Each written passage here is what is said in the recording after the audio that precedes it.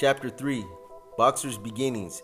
It was a slightly chilly January day in 1973 when a few Mexican mafia shot callers, Luis Weddle Butt Flores and Richard Grumpy Garcia, joined a small group of mourners and family members in a Bakersfield cemetery to pay their respects and bury the first mafia icon, Rodolfo Cheyenne Cadena. Most of the other carnales were still locked up in prison and unable to attend the services. The inscription on the gravestone read, Recuerdo de tu madre y familia. In English, remembered by your mother and family. The initials M roughly scratched in the stone beside the commemorative plaque made it clear that family included his mafia brothers. 130 miles to the south in Cerritos, a new, booming, mostly white, upper middle class suburb that borders Orange and Los Angeles counties, Rene Enriquez was enjoying his favorite Christmas present, a brand new set of racing cars. He was 10 years old. His mother and brothers often called him Nene, a family nickname that developed from one of his siblings' inability to pronounce Rene. He was a bright, gregarious, normal kid who played with Army, G.I. Joe action figures and loved to joke around and be funny. Batman was my hero, Rene recalled with pleasure, and every day after school I watched my favorite television shows, Speed Racer, Little Rascals, and Three Stooges. He was the middle son who inherited some of his father's restless ambition, and as a boy he often led his brothers in the games they played. A year earlier, Rene's father had landed a new job and moved his family into a brand new 4-bedroom tract home in Cerritos, 24 miles southeast of Los Angeles. It was the state's fastest growing city at that time, carved out of a community that just a decade earlier had 400 dairy farms. It had more cows than people. In the 1970s, acres of feedlots gave way to more than 30 tract housing projects with parks, recreation centers, a regional shopping center, and one of the largest auto malls in the nation. It was not exactly the hood. There were still dairy farms within walking distance of the Enriquez family's home. Rene and other kids used to play in the pastures, kicking over cow pies looking for magnets. In the 1930s and 1940s, farmers used to shoot a magnet down the throat of a dairy cows to act as a safety device. Occasionally, cows would swallow pieces of broken baling wire that had fallen into piles of hay. The sharp metal pieces could tear up the intestines and kill the cow. On the other hand, the sharp steel wire would stick in a smooth magnet and prevent the cow from being harmed. Sometimes the magnets would work through a cow's 3 stomachs and end up in the stool, becoming a prized souvenir for kids on the lookout for them. We spent hours looking for those magnets, remember Rene. We also looked for pollywogs and baby frogs in Coyote Creek.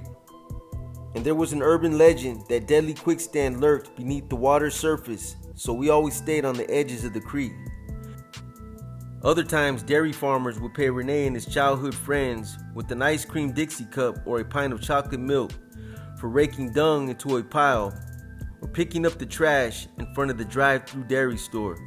It was a beautiful little area, remember Rene, and the entire world was right. My biggest concern was the 4th of July, Christmas, Halloween, and my birthday. I didn't have to worry about the world. It was great. The Enriquez family moved to Cerritos from Thousand Oaks, another tract home community 40 miles northwest of Los Angeles, where they had lived for a few years in a tri-level house with a balcony and built-in deck in the backyard, just minutes from the Sunset Hills Country Club. It was very nice. Thousand Oaks still has a reputation for being California's safest city.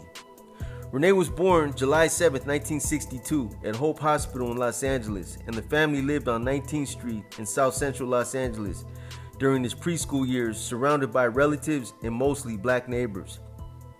His father, John Palacios Enriquez, was an old-school stoic macho man who was born in Arizona and raised in Guadalajara, Mexico. He came to the United States when he was 12 years old, not speaking a word of English.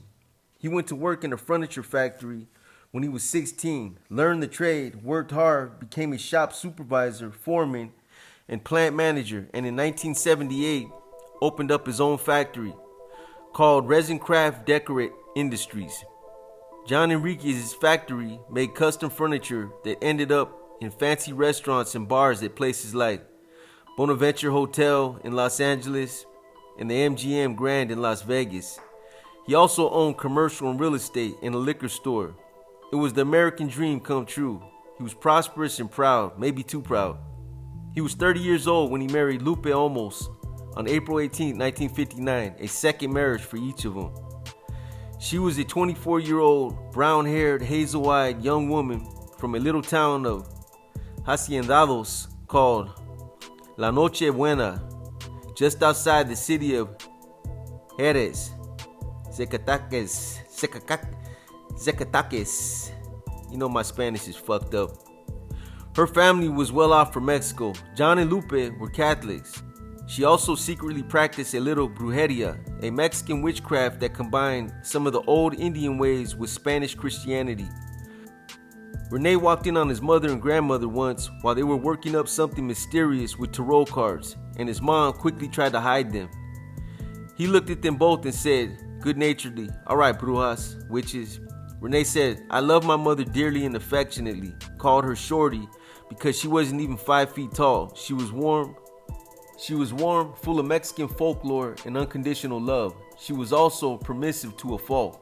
John and Lupe had 2 daughters and 3 sons together: Perla, Marco, Danina, Rene, and John. Lupe could never control her children. John was the strict disciplinarian, always a bit standoffish with the kids and easy to anger. However, Rene remembered there were moments of tenderness with him curling up on the couch with us when we were little. One night, he came into my room and taught me my first prayer, the Our Father. And he told us about St. Jude, the patron saint of lost causes. He made us go to catechism classes and went to church with us on the holy days. John wanted his children to be good people and blamed his wife's liberal, permissive ways for any troubles they encountered. He and his wife argued often, and he would call her by the nickname Animal. Animal. Animal, he'd scold. "No, eso no está bien. This is not good."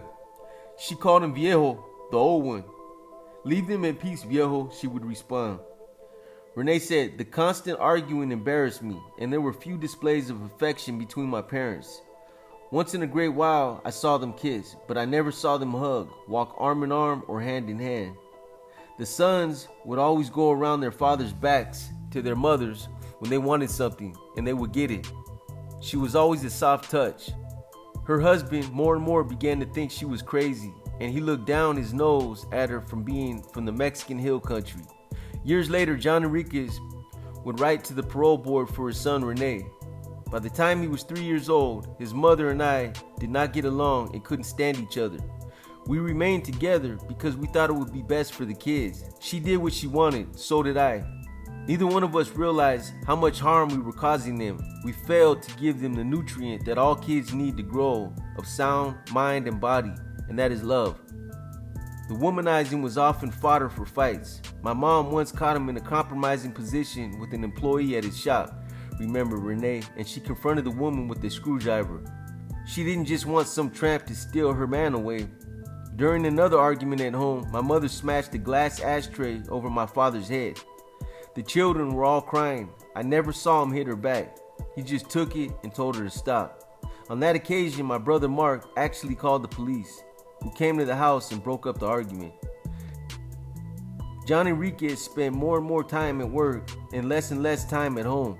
Lupe said he was never there to be with the kids, talk to them, and bring them up. I did it my own way, and I did it with love. Sometimes love doesn't do that much. I did it the best I could. There were many minority kids in Cerritos, and that at first led to a few playground scuffles for Rene until he learned to take care of himself. He didn't fit in that well, struggled with math, and was an average student. When I was 11, he said, I broke into my neighbor's house and stole some firecrackers. He was ordered by juvenile court to pay for what he stole and was put on informal probation for burglary. It was his first brush with the law. In 6th grade, he attended the Ed Stop school, which was only for Hispanic and minority children. That's when he started to ditch school a lot. For the Enriquez family, the American dream began turning into a nightmare. The two daughters, Perla and Danina, were always good girls, according to Renee. It was the three sons, mostly Renee and Mark, who were drawn to the dark side. Just a few minutes' drive from the family home in Cerritos were Artesia, Hawaiian Gardens, and Norwalk, the other side of the tracks, and communities with a significant presence of Mexican street gangs. Renee's older brother Mark was the first to join. The gang was called Arta, short for Artesia 13. Renee immediately thought the gang members were charismatic with their tattoos and sharp cholo outfits, beanies, wool Pendleton shirts with white t-shirts underneath, baggy khaki pants, and shiny black leather shoes. They were cool. To a 12-year-old kid, they seemed powerful and respected, and they seemed to get the girls too. They were rebels, and Renee figured that being a rebel was a chick magnet. Besides, his older brother Mark, now in the thick of it, was Renee's hero. He wanted to be just like him and frequently tagged along with Mark and his homeboys. The Arta gangsters were bad guys. A lot of them lived in a small ghetto in the seedy part of Artesia. It was not far from the Pat Nixon Park and Recreation Center located near South Street and Norwalk Boulevard. The wife of newly elected President Richard Nixon came to the project groundbreaking in September 1969. There was a historic landmark house there on property where Pat Nixon grew up on her family's farm. Members of the Artesia 13 gang actually burned the little house down for the hell of it. One day when Mark was at his girlfriend's house, Renee, now 12 years old, was walking along with Bobby Apache Guerrero and another homie called Sparky when suddenly they pulled him into an alley behind the liquor store. Apache said, "We're going to jump you in." Renee was just a wide-eyed kid, still a little square and frightened. No, I don't want to be in the gang." Apache's fist found the soft part of Renee's stomach and he doubled over in pain, his wind gone, gasping for air. Then boom, boom, boom from all directions. Hard teenage knuckles pounded against Renee's limp body until the two older boys ran out of steam. Tears began to well up in his eyes, and there was a little sniffle from his nose when he heard, "All right, you're all right, knock it off. You're a homeboy now. Homeboys don't cry." Renee swallowed his pride and then coughed it up again. He was a gang member now, a tough guy. A few days later, Mark, Renee, and a homie named Junior began some training at Montebello Youth Boxing on Whittier Boulevard. It was Mark who decided Boxer would be a good moniker for his little brother. "Yeah, that'll be a good nickname for me," Renee agreed. Everybody said, "Yeah, he's Boxer." At first, I just loved having a placa, a moniker. It made me more like my brother and his friends, a member of the gang. But as I grew older, I also grew to dislike the nickname. However, the name stuck. Unbeknownst to them all, at that point, they all had planted the seed that would grow into a monstrous man-eating plant. Although family and close friends continued to call him Renee, as the years passed and his gangster image became Boxer. John Enriquez didn't like any of it and was constantly preaching to his sons. He told his boys, "Stay away from those hoodlums. You dress like a bum. You look like clowns in those big clothes." So they hid their cholo outfits in the garage and halfway down the street put their game garb back on for the day. They blatantly ignored their father's wishes. Renee thought his dad was an uncool old-style Mexican. Besides, he and his brother had a new family now, and they were cool, the Arta gang.